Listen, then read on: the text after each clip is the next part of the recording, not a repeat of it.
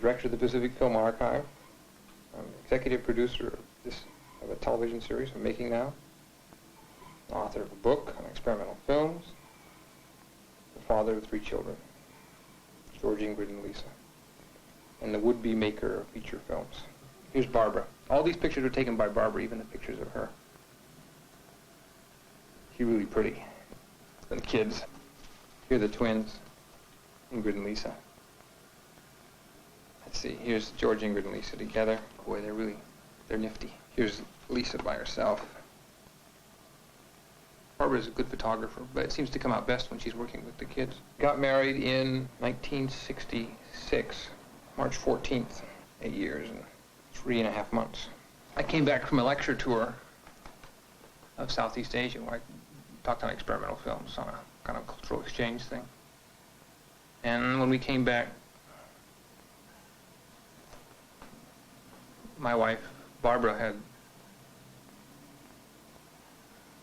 was getting more and more unhappy with the kind of life that she was being forced to lead as my wife, and wanted more and more to live in Oregon. And I said, "Why don't you live in Oregon?" I said, "Then I'll come up to see you as often as I can, once a month, for a week." And we tried it. I was teaching in Portland, and he had signed a contract to write his book, which the contract expired. That is, the book was due approximately the day we got married, and he hadn't written any of it yet. He had been in New York and was very lonely and unhappy and sort of falling apart in New York, which is about the only thing you can do in New York, as far as I'm concerned. He needed somebody to marry, and of all the women he knew, I think that I was probably the one that he wanted most to marry, although I was not the ideal candidate. He also felt that I would be able to supply him with bright children. Certain other things that you've never had to deal with before, you have to deal with now. Being alone, being responsible for yourself, not having somebody else to check your decisions against and your feelings against. And for me, who had gotten married essentially as a hedge against being alone, because I was falling apart without somebody there to keep me together, I had to continue that. I had to face up to the things that I'd left behind. It was not easy. It was, for me, like walking on razor blades for about the first 8 months. The reason I got married was a combination of reasons. Lisa, would you sit down so I can do your hair? Thank you. Get the picture. I was at an age which was just sort of after all of my friends were getting married. And so there was kind of a little bit of pressure to get married because it was the thing to be doing at that age. I was 24. Getting married was a very secure thing to do, and that I wouldn't have to worry about offending, hurting somebody's feelings if I couldn't go out with them, or if I was going out with someone else, or something like that. You know, getting married is something you do to get secure in all number of ways. At the point now where I'm surviving, I'm making it, I'm functioning. For Barbara, I think it was something different. For her, it was a liberation. She liked it, she took to it. It's better and better for her. I think she has periods of loneliness, but it's what she wanted, and eventually we decided to consider ourselves divorced. The reason I married Sheldon was that I had liked him a great deal and admired him immensely. Really thought he was tremendously talented and creative and bright and would be able to do pretty much what he wanted to do. And I also thought that he wanted to do interesting and good things. Her grandfather was the consul general, Austrian consul general of Egypt, and her father is an inventor and was head of a research unit at Shell, and her mother is a cellist, and her family was always very supportive. And I grew up on a turkey farm, and sometimes I know that one of the reasons I married her was to become a part of a family that was more like the family that I felt that I should come from. This was translated by Barbara's father, Fred. He did all the translation for this. He also collects Egyptian art. He's one of the main experts on hieroglyphics, and Barbara always used to go on trips with him. There's even a picture of her standing when she's 12 on top of the Great Pyramid. They don't allow people to go up there anymore, but you can see her, this little 12-year-old kid, way up on top, right at the tip, standing by herself. My parents were very warm and earthy and always touching, when her parents almost never touch, and people in her family don't touch. And, I grew up sacking fertilizer. That's how we paid off the mortgage, was with the turkey droppings. I mean, we made more money off the droppings than we did off the turkeys. What the kids gave to me, well, what having kids gives to you is a sense of renewal and also a purpose. I see them being better at living than I was, better at getting along with people, better at dealing with things. The kids taught me how to love, or rather made love possible. Unself-conscious, real, unquestionable. It's not something I have to intellectualize or deal with. It's just there. Whereas with Barbara, it was up the wall every step of the way. As a photographer, I withheld approval of everything she did because it wasn't up to Steichen. It wasn't up to Robert Frank or any of the photographers who I admire. And she wasn't interested in doing that. She was interested in making warm human things that she enjoyed doing. Eventually, she also got very good. She isn't as good as she could be yet, but she's getting very good. I get up at about 6:30 or 6:45, and I'm up for half an hour or so before I wake the kids up, make their breakfast, make my lunch, get everybody ready, and go. And I'm at work from 8:30 to 5. Now I'm a secretary. In August, I'll be teaching. I taught before I got married, and so it'll be nice to get back to teaching, because that's more or less what I've been aiming at ever since I've gotten free of Berkeley. 3 days a week we go folk dancing, and twice a week I shoot pool. The rest of the time I'm with the kids, giving them baths or doing things with them until their bedtime, and then I very often go into the darkroom. It's a fairly quiet life and fairly ordered and with no pressure at all, which is really just fine. I think I could bear the pressure a lot more if it weren't for the kids. Everything you do with the kids, you have to start doing them half an hour to an hour in advance. You have to start closing the front door half an hour earlier than you would otherwise, because you're not going to get them out. In a strange way, even though I'm not there very much, I think I'm a good father for the kids. I'm very solid in their mind. I'm good structure for them, with one exception, and that is that my drive for success is probably not too good. Teacher asked George what he wanted to do in class. Barbara told me this. Asked George what he wanted to be, and he said rich and famous. That's not good. Well, a lot of people who are rich and famous and they aren't very happy. That isn't what makes you really happy. You see, what you really want is the love, that being rich and famous, and the freedom to do what you want. But most people, including me, get obsessed with being rich and famous, with the ego trip, and that in turn gets rid of the love which you're really reaching for. I mean, that was the worst thing of getting married, was imagining giving up sex with other people and giving up women. I wasn't terribly physically attracted to Barbara originally. I liked her energy. I liked her morality. I liked her smarts. And she was fun to be with. And so, we got married because that's the only way she would take me, was as a marriage partner. Eventually, I learned to be very physically attracted to her, especially in the last 2 years.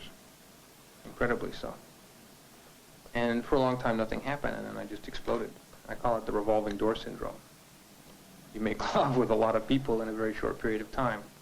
I was very demanding and not really into their needs. I was into my needs, which was to work out a whole sexual logjam. I've gone through some kind of change, and I don't know what the change is. I mean, I haven't had a real date, for about 2 months. That's a long time for somebody who likes women. and likes to spend time talking with women. Part of it is because I want to go back to Barbara. We're not legally divorced yet. She considers us divorced. And I give lip service to the fact that we're divorced. But emotionally, I still feel married. I mean, I keep meeting women on airplanes. But I never ask their names.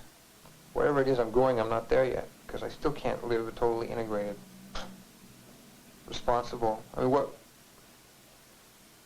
I would like to live a life with somebody where I don't have to hide anything from them and where there's nothing to hide from them. But the kind of feelings I have about sex and the kind of feelings I have about physical attraction, it doesn't seem to be possible. I can't live a swinging life. All the stuff you read about open marriage and stuff like that, it doesn't work for most people. Not if they've been raised in our society. Works for some unconventional people, but I've got to believe that there must be a certain kind of loners or they don't get past a certain point in depth. And all the stuff about liberation of individuals.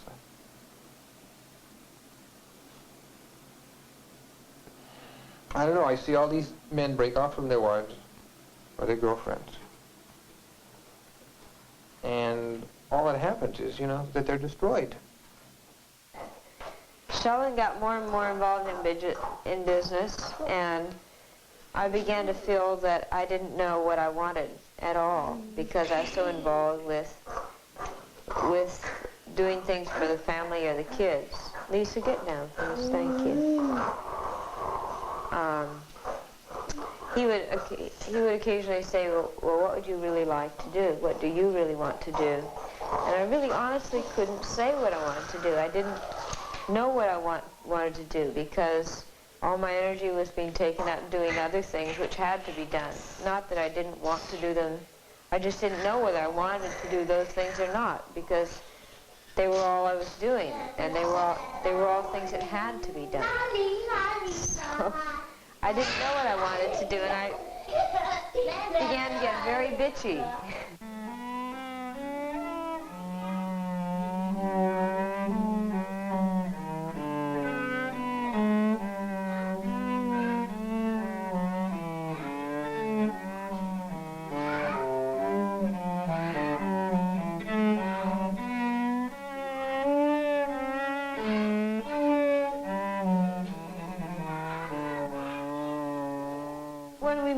It was going to be separate, and we had talked when we moved about his coming out, writing a screenplay, something. But as it turned out, he didn't come up, and we grew farther and farther apart, I suppose, is what you'd say.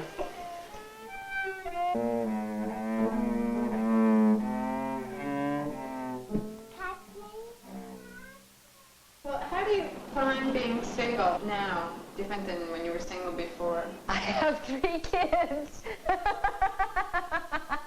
That's a big difference. An enormous difference.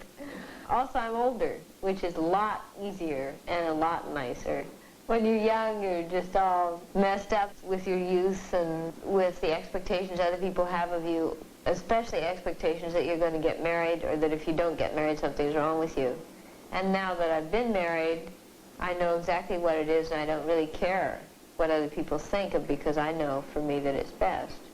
The kids tie me down a lot, but that's okay. In times when the chances might be that I would become extremely lonely or depressed, they're always there as a kind of a physical therapy. They need to have the bed changed or their room cleaned up or a splitter taken out, much more than I need to sit in a corner thinking, oh God, how can I bear it? They distinctly limit your activities because you can't do anything spontaneously, not anything.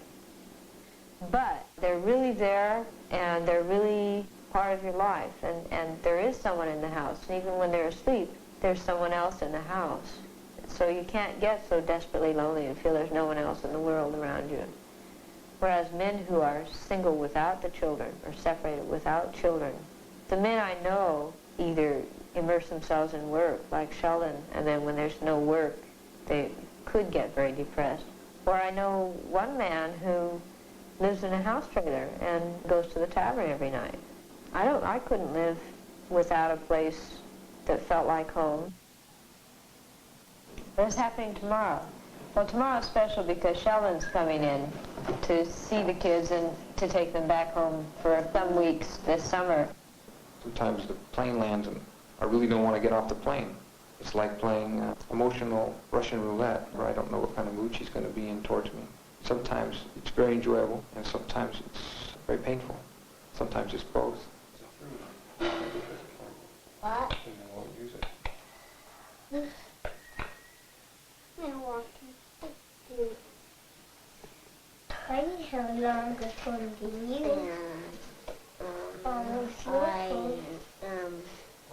When will I get And I can have a good time with the kids and have trouble in my feelings with Barbara. Yet we don't fight. We never fight. Because she doesn't like to fight and I don't like to fight. I'm getting to the point where I wish we could express our feelings to the degree that we feel them, instead of just getting bitter at each other sometimes. right there? What are you thinking about, huh? That grandmama. That's nice. Are you messy now? Huh? No. No.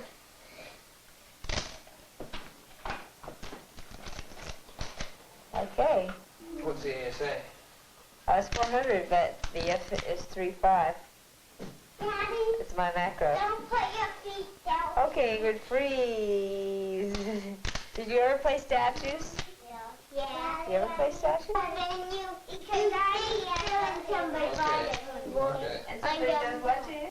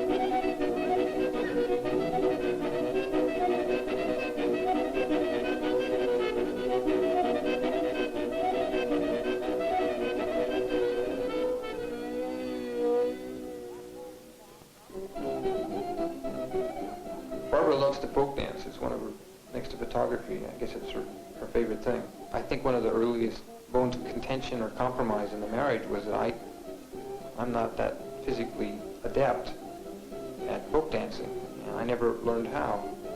And she really wanted to go, and I didn't know how, and so we'd go together, and I would sit and watch her, and eventually we stopped going. I honestly wish I knew how to folk dance because it looks like fun, but somehow it's not my thing.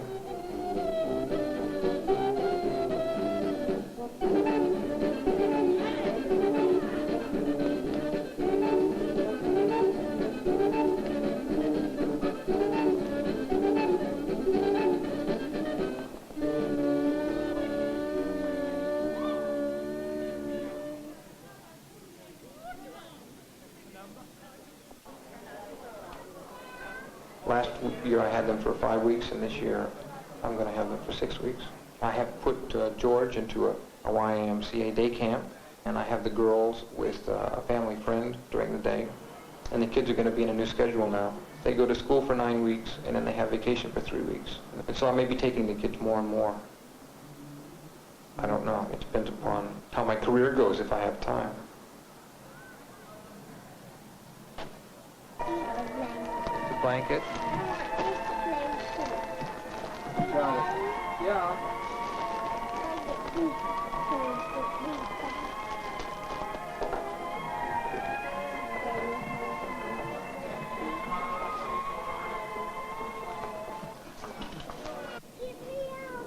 I have one. Wait a minute. You were sitting in the front before. We don't have the list made up yet, but we all take turns, remember? Remember? We haven't made the list up this time, but you just had a long ride in the front. Daddy, can you for because I didn't cook to.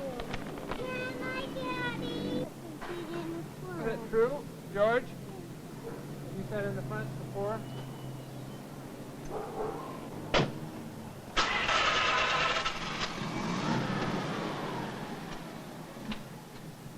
Tonight, somebody from the San Francisco Chronicle is going to come over to interview me.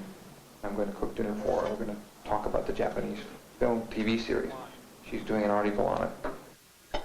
Just what's fine. Why don't you put it back in the icebox? Okay, so Whatever you do. Yeah.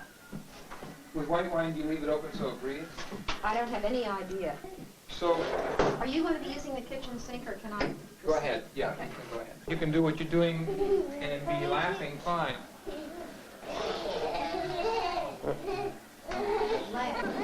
George?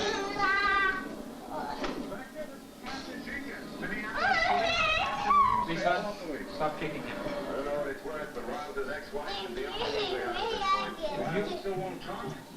You're all of you laughing now.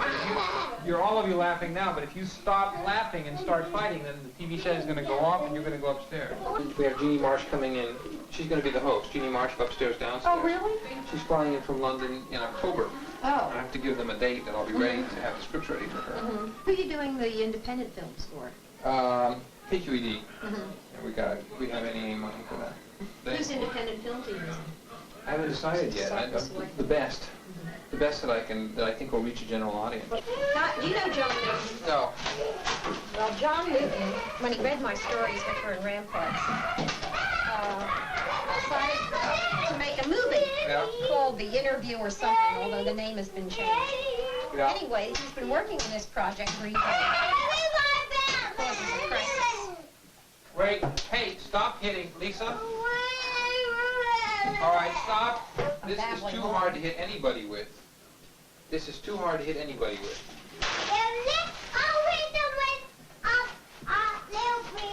Nobody's going to hit anybody. One moment, please.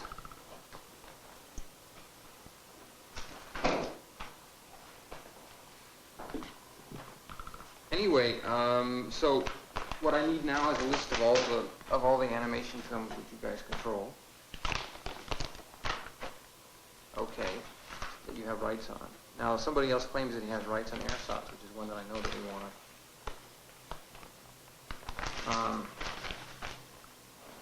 A guy up in Connecticut claims he has rights on. Okay, did you go to the Zagreb? And so you got a list of all the best films for me that I should buy? Okay. That's worth a dinner. I respect him and feel very close to him.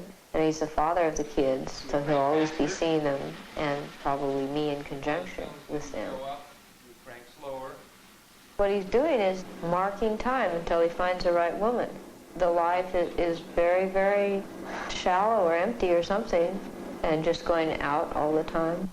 If the kids aren't there when you go home, if there's nobody there when you go home, then you just go home to nothing. You go from stylishness without life to not stylishness with nobody adding to life. That's why I think it's so difficult when you break up. You have to get used from leaving nothing to going to nothing. Late Spring by Ozu, wonderful film.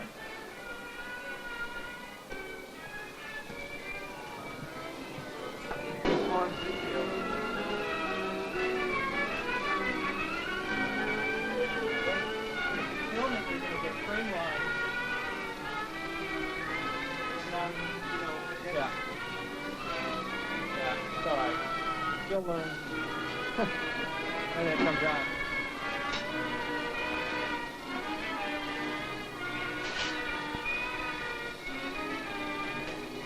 Other sequences photographed by Technicolor.